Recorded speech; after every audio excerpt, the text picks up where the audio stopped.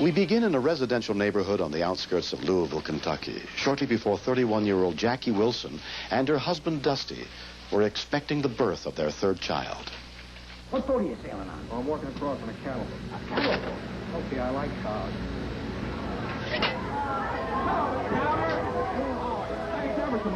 It was late on November the 4th, about 12:30 that morning. My wife had just gone to bed, and I was flipping through the channels. All of a sudden, my wife came down the hall and complaining that she couldn't sleep either. Dusty, honey? Yeah. I don't feel very well.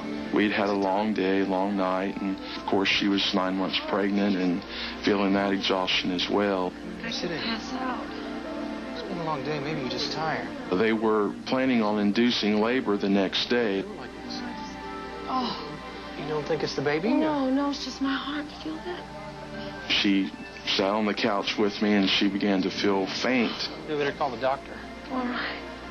Around 12:35 a.m., Dusty Wilson placed a call to their obstetrician, Dr. Catherine Kashner. Dusty said that she's really tired and weak and feels like she's going to pass out, and he said he could see her heart beating in her chest. It's pounding really hard. And I said, Dusty, if you think it's important enough to wake me at this hour, then I think it's important enough that you bring her in and we check her out.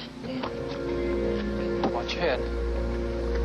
At 12:55 a.m., Dusty and Jackie headed to the hospital 11 miles away, leaving their pastor's wife to watch their two sons at home.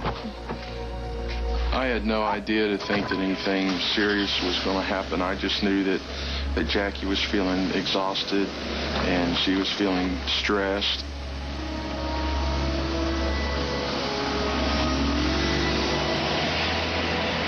I proceeded down the road, and Jackie said she was cold, so I turned the heater on.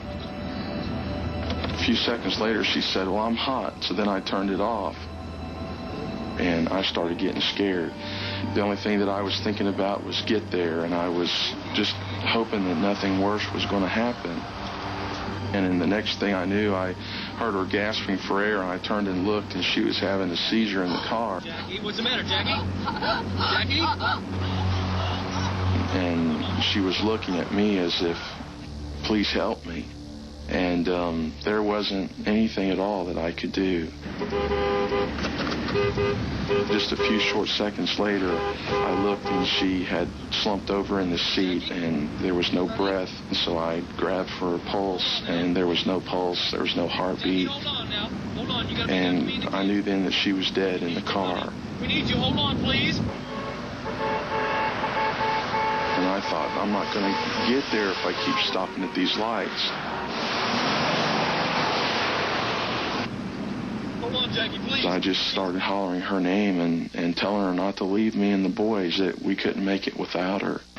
Really? This okay? You put it back. Shortly after 1 a.m., Dr. Eddie Hooker finished his shift in the emergency room at Humana Audubon Hospital and was about to go home. Well, you were trying to hold on. I was sitting there talking with the ambulance crew when a car came flying up the ramp, honking its horn and flashing its lights. As I open the door and I see this, what appeared to be was a healthy female, now in cardiac arrest, I didn't know what had happened. Code 300! Initially, you kind of go into autopilot. You know that you've got a lady here that's dead unless you do something. Need X-ray, KG! Now, come on, guys! You have only about 4 minutes to save their life. And I didn't know how long she'd already been in cardiac arrest. So I wasn't even sure if we could save her, but I knew that if we didn't act quickly, she was dead. And so was this baby. Not breathing. Start bagging her. Let's get CPR started. Let's get her on the monitor. Come on, guys. Get on the monitor for me. When we put her on the monitor, we found she was in ventricular fibrillation, which is basically a rhythm where the heart just quivers and is not pumping any blood. Yeah, was everybody clear? We immediately defibrillated her. Clear. Emergency nurse Edie Harper knew the odds were not good.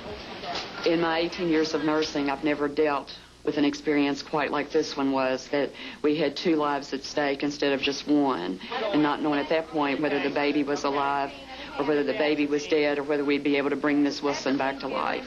Okay. Nobody had said anything, but I knew that I'd lost my wife. I just knew inside that I wasn't going to see her alive again.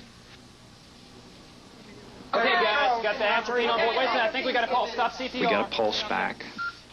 We started getting her heart speeding up a little bit, but then it subsequently stopped. She's back in V-fib, guys. And I was beginning to start losing hope that we would ever get her back.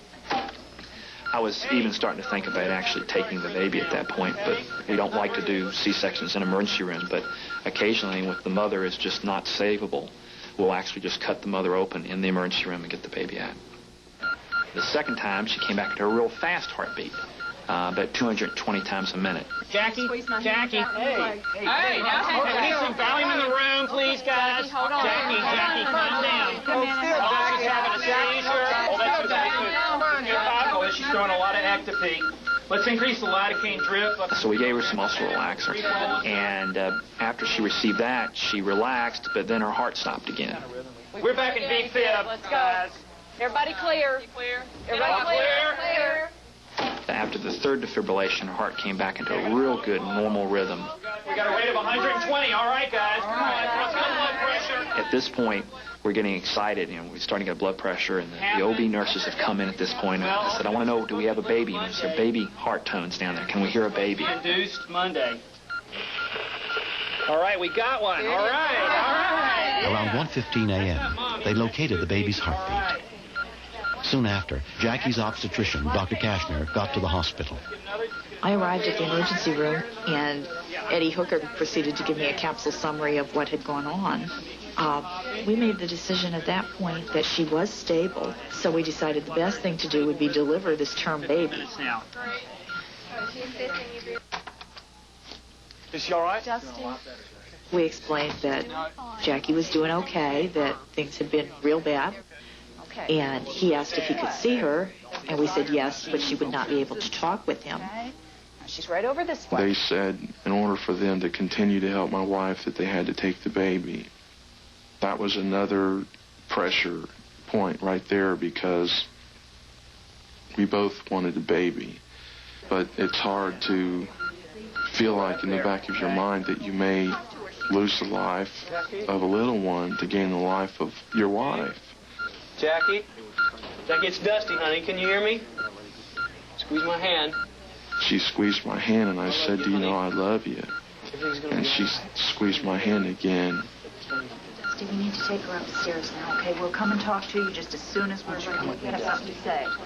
And they led me out of the room and went ahead and took her up to the operating room.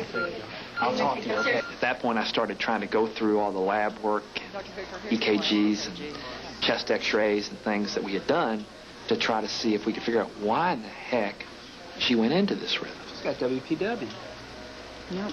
Delta waves and everything. And all of a sudden, I look at the heart tracing that I did, and I find the diagnosis sitting right there on the paper. She has a condition called WPW, or Wolff-Parkinson-White syndrome. And her heart basically has an extra wire. And when it short circuits, the electricity doesn't work right, and the heart just basically stops beating. There's always risk to undergoing surgery, but we felt that Jackie's risk was not significantly greater at this time than if nothing had happened.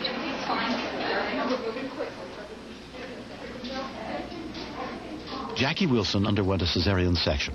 At 2:03 a.m., she gave birth to a healthy baby girl, Morgan Ann Marie. 1 week later, doctors performed open-heart surgery on Jackie to correct her rare heart disorder. The staff at Audubon Hospital, words can't begin to describe how we feel about them. They cried with us. They hurt when we hurt. And they were more than just a doctor and patient relationship, I felt. So now we've got a baby girl and our family's complete. My life's been changed a lot through this, that you don't take life for granted. Each day I try to live it to the fullest. We've been given each other, we've been given a second chance at life, and that's something that money can't buy.